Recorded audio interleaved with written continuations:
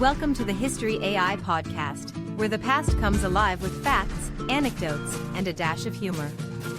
Here are your hosts, Chuck and Marco. Hello everyone and welcome back to another episode of the History AI podcast.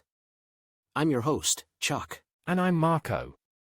We're diving deep into one of the most significant battles of World War I today, the Battle of Tannenberg. That's right. And to help us dive into the nitty-gritty, we have a special guest today, our resident military historian CJ. Welcome to the show. Thanks for having me, Chuck and Marco. Always a pleasure to delve into history with you two. Before we dive in, let's set the stage. Chuck, what had been going on in the war before Tannenberg? Europe was in chaos. The assassination of Archduke Franz Ferdinand in 1914 set off a chain reaction, and the great powers of Europe were at each other's throats. We saw the Western Front take shape, but the Eastern Front, where Tannenberg took place, was equally crucial. True. On the Eastern Front, the Russian Empire and the German Empire were the main players. All right, let's talk planning. CJ, what can you tell us about the preparations leading up to Tannenberg? The Germans anticipated a two-front war. They had the Schlieffen Plan for the West, but the East was a bit reactive. They knew the Russians would come, but they didn't expect them so soon. The Russians, feeling pressure to relieve their allies like France, started mobilizing two armies, the First Army led by General Paul von Rennenkampf and the Second Army under General Alexander Samsonov. Talk about putting all your eggs in one basket. Or should I say, two baskets? More like sending all your bears charging in. True that. The Germans, on the other hand, had the Eighth Army under General Maximilian von Prittwitz. But after some initial setbacks, leadership changed hands. Enter Generals Paul von Hindenburg and Erich Ludendorff. Ah, the dynamic duo. Now onto the objectives? The Russians aimed to threaten Germany's eastern borders. They hoped a quick offensive would force the Germans to move troops from the Western Front. But coordination between the two Russian armies was poor, and that's what the Germans capitalized on. And events that unfolded? Day by day, let's break it down. Alright, let's take a dive into Day 1, August 26, 1914. Set the scene for us, CJ. Picture this: vast landscapes, the ominous atmosphere of imminent battle, and the fog of war hanging in the air. Rennenkampf's First Army had made some initial progress, but by the 26th, they seemed to have slowed down. There were whispers that Rennenkampf was being overly cautious, perhaps due to the heavy losses they faced earlier at the battles of Gumbinnen. And wasn't there some sort of personal feud between Rennenkampf and Samsonov? There was. Historians believe there was no love lost between the two, stemming from a previous conflict in the Russo-Japanese War. This might have impacted their willingness, or lack thereof, to coordinate. Meanwhile, the Germans were getting antsy? Exactly. The German Eighth Army, initially defensive, saw an opportunity. Samsonov's Second Army was pressing on, perhaps a bit too eagerly. Their southern flank in particular was vulnerable. German scouts reported this vulnerability, and by the afternoon, the German commanders decided to exploit it. The 17th Corps and 1st Reserve Corps were given orders to launch an attack on Samsonov's left flank. What was the atmosphere like among the Russian troops? Tense. They were on foreign soil, and while they had numbers, there was an underlying sense of uncertainty. Their communication lines were already showing signs of strain. The vastness of the Eastern Front meant that units could be isolated quickly, and without the backup of Rennenkampf's First Army, Samsonov's men knew they were taking a gamble. And on the German side? There was a mix of apprehension and hope. The initial stages of the war hadn't been great for the Eighth Army. But now, with intel about the exposed Russian flank, there was a sense of opportunity. The German troops moved with precision, their training evident. By nightfall, initial skirmishes had begun, setting the stage for the larger conflict that would follow in the next days. Talk about a day filled with tension and foreshadowing. Absolutely. Day 1 was the beginning of a series of events that would lead to one of the most significant battles on the Eastern Front. Alright, let's zoom in on Day 2, August 27, 1914. Lay the groundwork, CJ. At the crack of dawn, the sprawling Eastern Front was alive with activity. The first rays of sunlight revealed plumes of smoke from the previous day's skirmishes. Samsonov's Second Army was still moving forward, but there was an air of unease, as reports of German movements began filtering in. This is also when the wireless messages come into play, right? Exactly. The Russians, in what can only be described as a significant oversight, had been transmitting uncoded wireless messages. German signal units intercepted these, which gave the Germans an unparalleled insight into Russian movements and intentions. It's almost like playing poker and showing your hand to your opponent. Not a great strategy for winning, that's for sure. Definitely not. And the Germans, being the opportunists they were, decided to seize the day. Leveraging this intelligence, Ludendorff began repositioning the 8th Army, particularly the 20th Corps and the 1st Reserve Corps, aiming to strike at the Russian flanks. How did the Russian troops respond on the ground? There were sporadic but intense firefights throughout the day. The Russian infantry, known for their resilience and bravery, pushed back in many sectors. But without a clear idea of the broader situation, thanks to the compromised communications, they were fighting more reactive battles. And the Germans? The German commanders were becoming increasingly confident. With every intercepted message, they fine-tuned their tactics. Artillery barrages were more focused, and infantry assaults were well coordinated.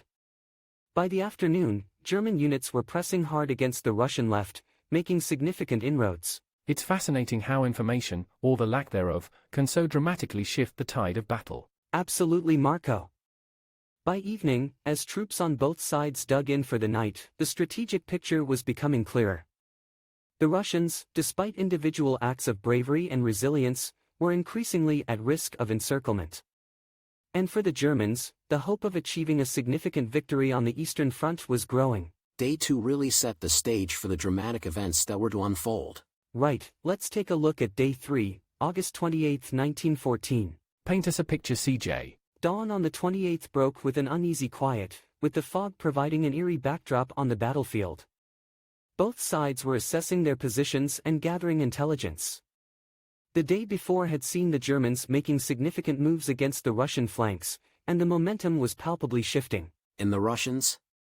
How are they feeling? By this point, the Russian Second Army was getting increasingly alarmed.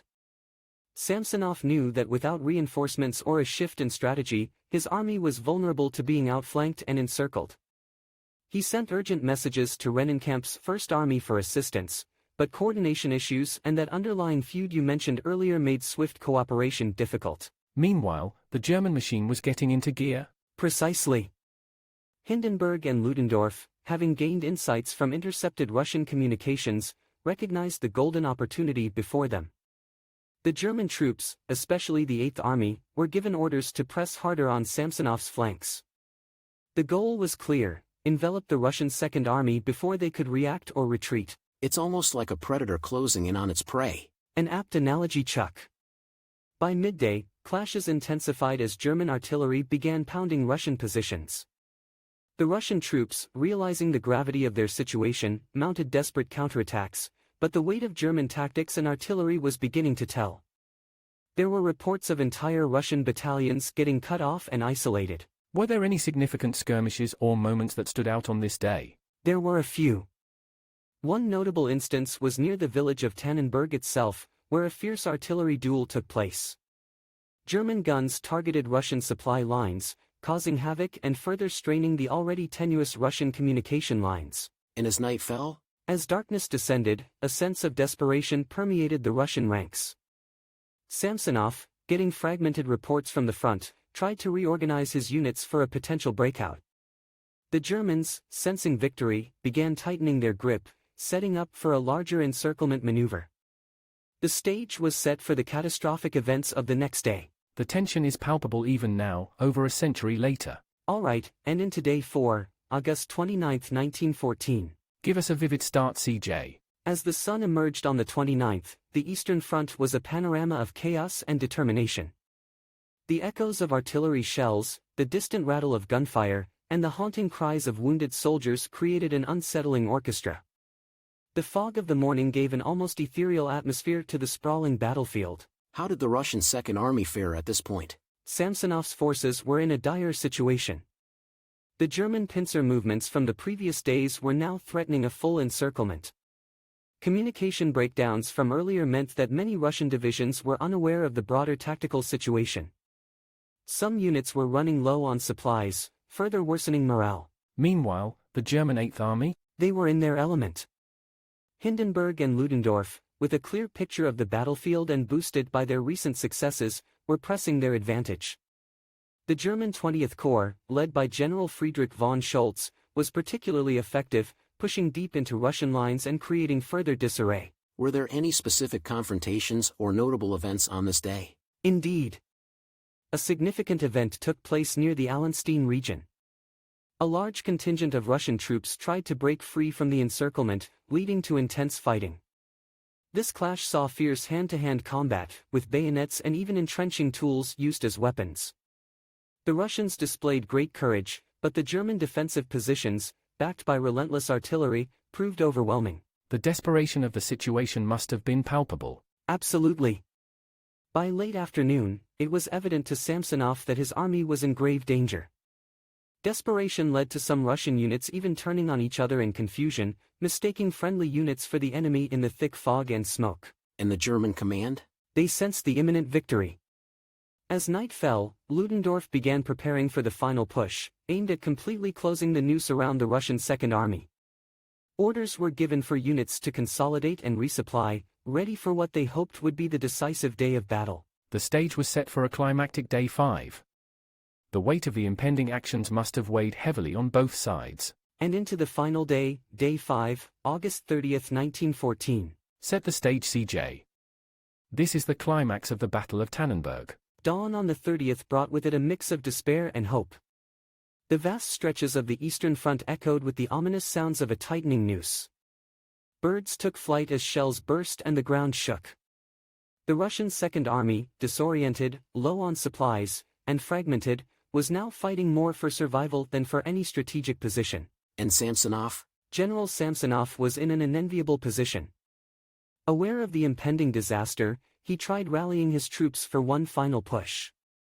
There were instances where Russian soldiers, displaying unparalleled bravery, charged at German lines, hoping to break the encirclement. But without a coordinated strategy, these efforts, while valiant, were mostly in vain. The German Eighth Army must have sensed the endgame. Absolutely. Hindenburg and Ludendorff, with the confidence of commanders holding the better cards, orchestrated a symphony of movements to close off any Russian escape routes. The German artillery was relentless, targeting any substantial gathering of Russian forces. The 1st Reserve Corps in particular, was pivotal in pushing deep, severing key communication lines for the Russians. Were there any poignant moments or notable confrontations on this day? A particularly heart-rending moment was near the village of Frajina. A large contingent of Russian soldiers, realizing they were surrounded, mounted a desperate final stand. With their backs to the dense woods, they defended fiercely, causing significant casualties to the German forces. However, outnumbered and outgunned, they eventually succumbed. Stories from that stand spoke of soldiers singing hymns and patriotic songs in their final moments. That's gut-wrenching. Indeed. By late afternoon, it was clear the Russian Second Army was defeated. Small pockets of resistance persisted, but the larger strategic battle was lost. Despair permeated the Russian ranks. General Samsonov, unable to bear the weight of the massive defeat, wandered off into the woods. He would take his own life that night, a tragic end to a harrowing battle. The weight of command, especially in defeat, is unimaginable. Absolutely. The Battle of Tannenberg, particularly this final day, stands as a testament to the horrors of war, the bravery of individual soldiers, and the significant impact of leadership and strategy. It was a day that would be remembered for generations. Such tragic events. Any heroes from this battle we should know about? On the German side, Hindenburg and Ludendorff were hailed as national heroes. On the Russian side, countless soldiers displayed courage against overwhelming odds. Tactics? The Germans used superior intelligence, radio interceptions, and the ability to move troops rapidly via their extensive rail network. They managed to encircle and destroy the Second Army. For the Russians, unfortunately, poor communication and coordination were their undoing. How about in the grand scheme of the war? Tannenberg was a massive morale booster for the Germans. For Russia, it revealed weaknesses in their command structure and strategy. It was a disaster, but they did manage to tie down German troops, which was initially their intention. Before we discuss how this battle changed the war's course and the casualties, let's take a quick break for a word from our sponsor. Wave goodbye to sugar-loaded boosts and say hello to Strike Force Energy. The energy drink additive revolutionizing how you power up, all without a single calorie or sugar. Just a squeeze, and you're set for action. Ready to make the switch? Visit strikeforceenergy.com. And for our listeners, spark your savings with an exclusive 20% discount. Just use code UTSALAX24 at checkout. Remember, UTSALAX24. Strike Force Energy, elevate every sip. Welcome back, folks. So CJ, how did Tannenberg change the war's trajectory? While it was a significant victory for the Germans, the Eastern Front continued to seesaw. The war was far from over. But the Russian defeat meant they had to regroup and rethink their strategy. And casualties? Heavy on both sides. The Russians lost around 30,000 killed and 125,000 taken prisoner. The Germans had about 13,000 killed and wounded. Devastating. War often is. Absolutely. Thanks CJ for that in-depth analysis. Yes, thank you CJ. And to our listeners, if you enjoyed this episode, please rate, follow, and share our podcast. Your support means a lot. Thanks for having me.